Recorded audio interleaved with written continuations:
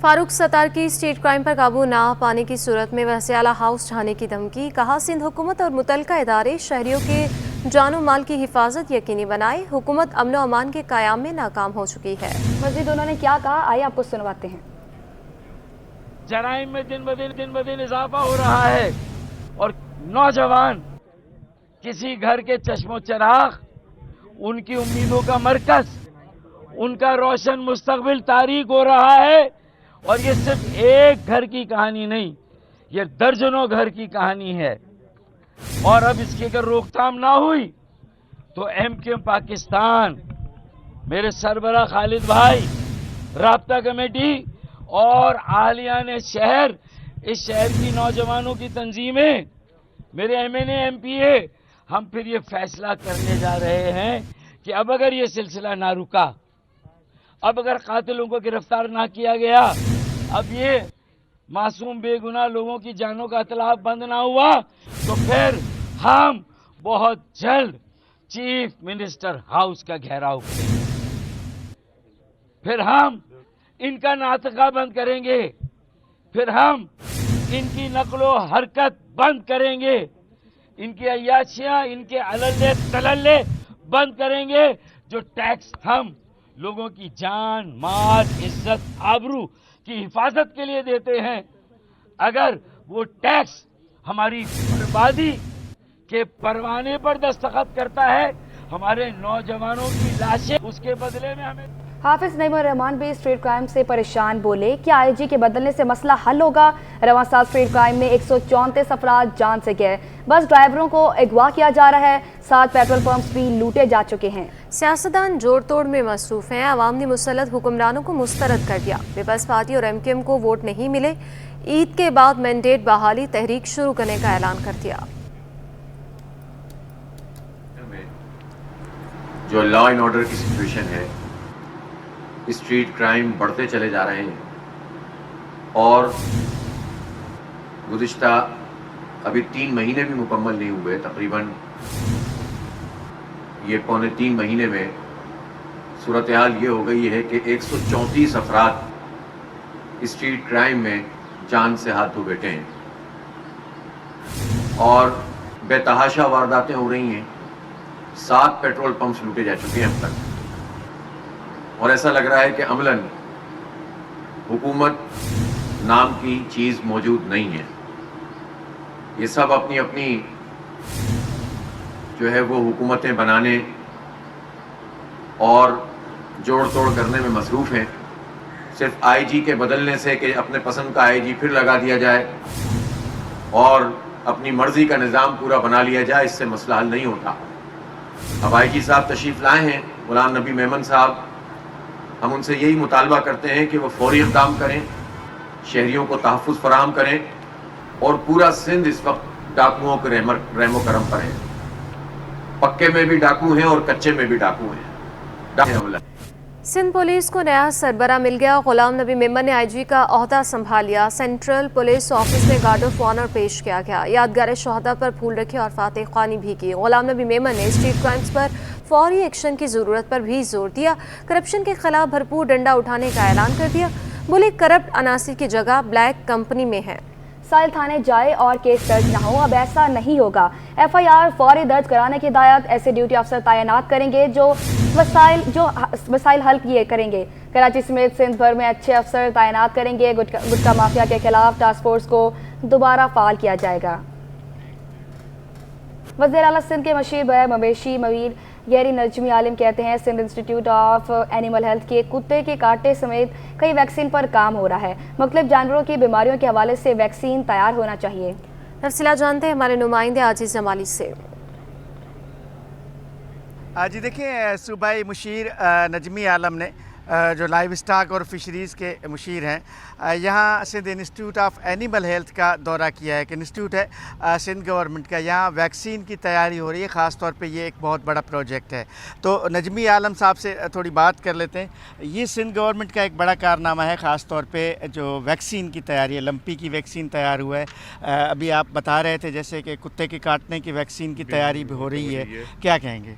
नहीं, यहाँ पर एक्सीलेंट काम हो रहा है। हमारा लाइव डिपार्टमेंट का स्टाफ यहाँ पर जो हम लाख करोड़ों रुपया हम खर्च करते हैं वैक्सीन ख़रीदने में लोगों को, तो हम चाह रहे हैं कि यहाँ से हम इतनी अच्छी वैक्सीन बनाएं, अभी कुछ तो बन गई भी गई हैं, हम मार्केट में लाएं।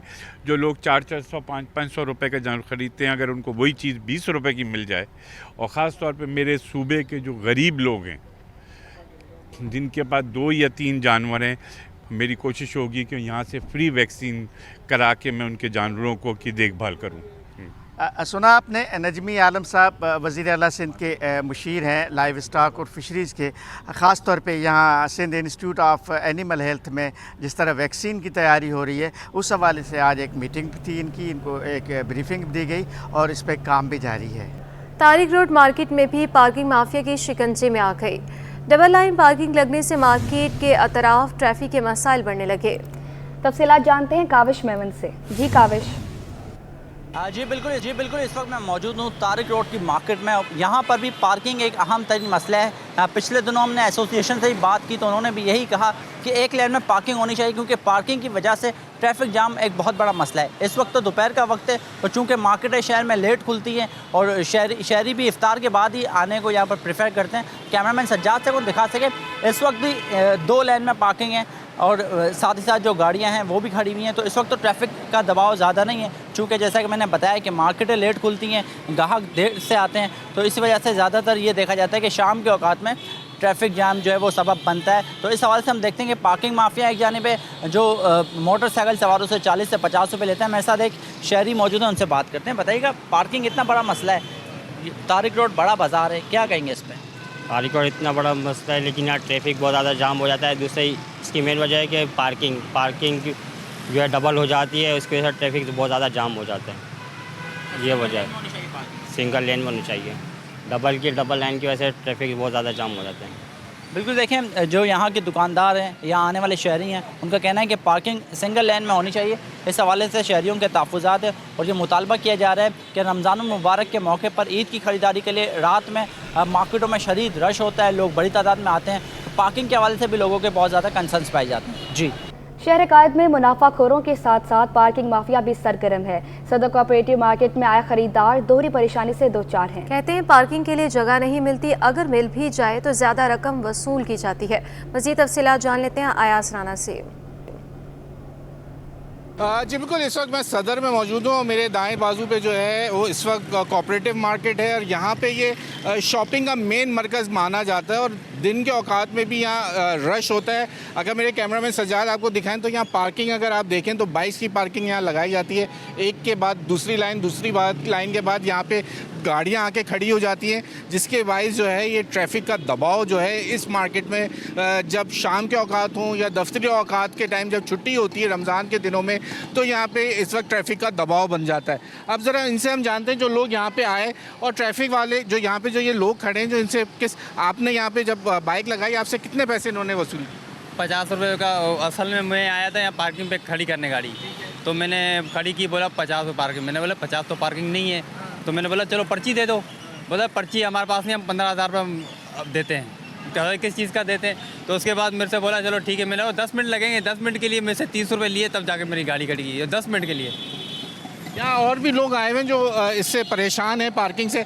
आप बताइए, आप भी बाइक लगा के यहाँ खड़े हुए, क्या करने आए थे, कितनी देर के लिए, क्या पैसे दिया? मैं तो अभी अपने बच्चों को स्कूल से लेके आया था, मुझे बस एक यहाँ से ड्रेस जो है एक्सचेंज कराना था। 5 मिनट लगे नहीं मुझे। अगर वहाँ पे गाड़ी पार्क करता तो वो उठा के ले जाते हैं, तो मजबूरन यहाँ पे हमें जो ओवर चार्जेस या जितने भी होते हैं वो देने पड़ते हैं। अभी 30 रुपये लिए इन्होंने हमसे। यहाँ पे अगर सरकारी बात करें तो बाइक की पार्किंग के जो है वो 10 रुपये वसूल किए जाते हैं और गाड़ी की पार्किंग की 20 रुपये की पर्ची है। लेकिन इस वक्त सदर के अंदर अगर जहाँ मौजूद हैं कोऑपरेटिव मार्केट पे, यहाँ पे जो है इस वक्त बाइक वालों से 30 रुपये वसूल किए जा रहे हैं। और ये डबल पार्किंग कराने के बाद जब यहाँ पे रिक्शे और दूसरी दीगर गाड़ियाँ खड़ी हो जाती हैं, ट्रैफिक का दबाव बढ़ता है। उसके बाद यहाँ ट्रैफिक जैम और लोग शाम के औकात में ख़ासकर जो है यहाँ आने से कतराते हैं, क्योंकि यहाँ ट्रैफिक का इतना दबाव होता है सिर्फ पार्किंग की वजह से, क्योंकि यहाँ पार्किंग की फैसिलिटी मौजूद नहीं है और पार्किंग माफिया यहाँ पे सरगर्म है, जिसकी वजह से। और रमज़ान के दिनों में जहाँ हम गिरा फरोशों की बात करते हैं, वहीं पार्किंग माफिया भी जो है वो लोगों की जेबों से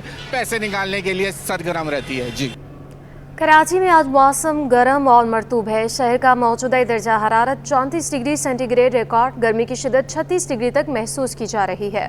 मौसम का अहवाल जानते हैं मखान से।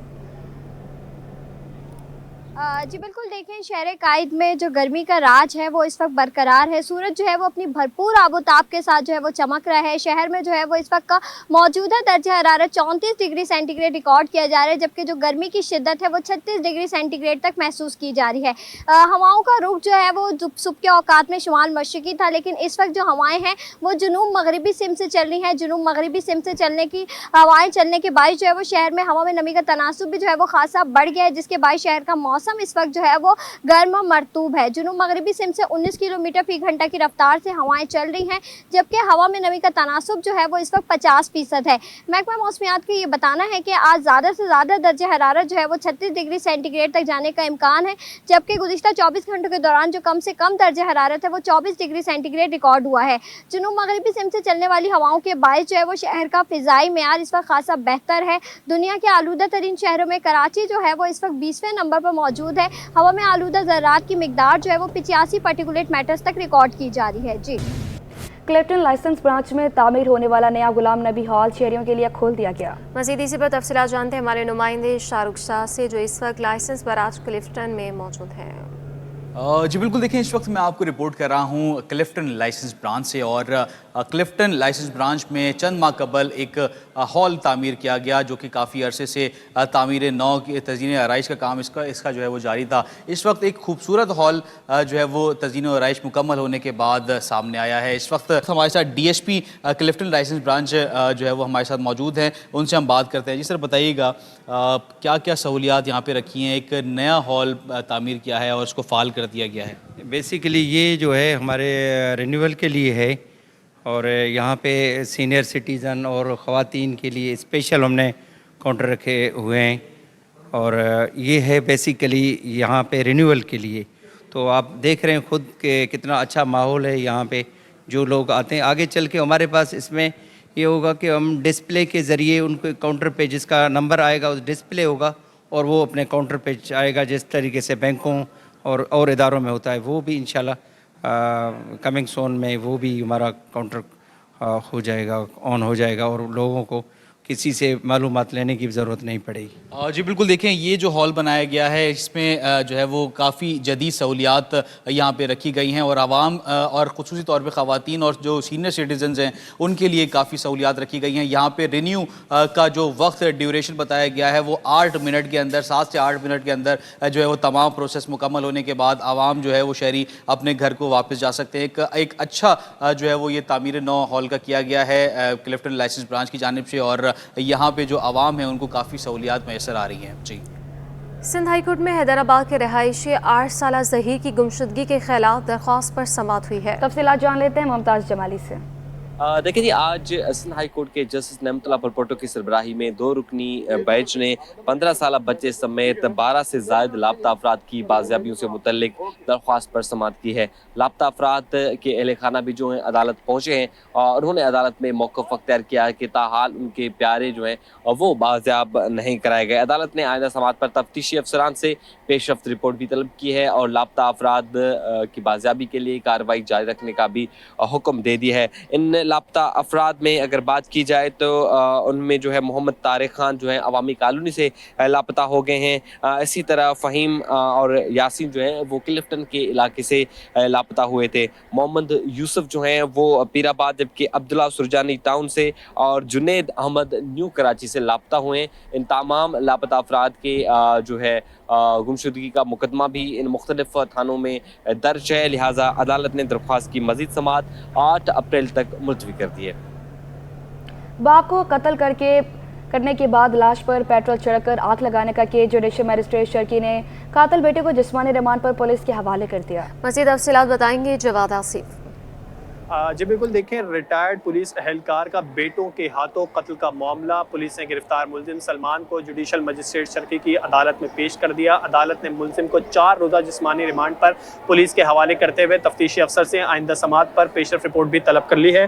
तफ्तीशी अफसर के मुताबिक मुकदमे में नामजद मकतूल का बड़ा बेटा इमरान मफरूर है, जबकि इमरान खुद भी जो है वो पुलिस एहलकार है। तफ्तीशी अफसर के मुताबिक मुलजिमान ने जायदाद के तनाज़े पर बाप का गला घोंट कर उसे कत्ल किया, फिर उसकी लाश को आग वक्त पेट्रोल छिड़क कर उसकी लाश को जो है वो आग भी लगाई थी।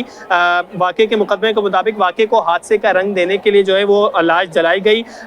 पुलिस के मुताबिक मकतूल की अहलिया से अलहदगी का बाद एक बेटा उसके साथ जबकि दूसरा अपनी वालदा के साथ जो है वो रिहाइश पजीर था। बेटों ने जो है पोस्टमार्टम कराने से भी मना कर दिया था, जिस पर शकूक व शुबहात पैदा हुए, जिसके बाद जो है वो पुलिस ने कार्रवाई करते हुए मुलजिम को गिरफ्तार किया। जबकि तफ्तीश अफसर का ये भी कहना था कि मफरूर बेटे के लिए भी कार्रवाइयाँ इस वक्त जो है वो अमल में लाई जा रही हैं। वाक़े का मुकदमा सरकार की मुद्दत में थाना सोल्जर बाजार में दर्ज किया गया।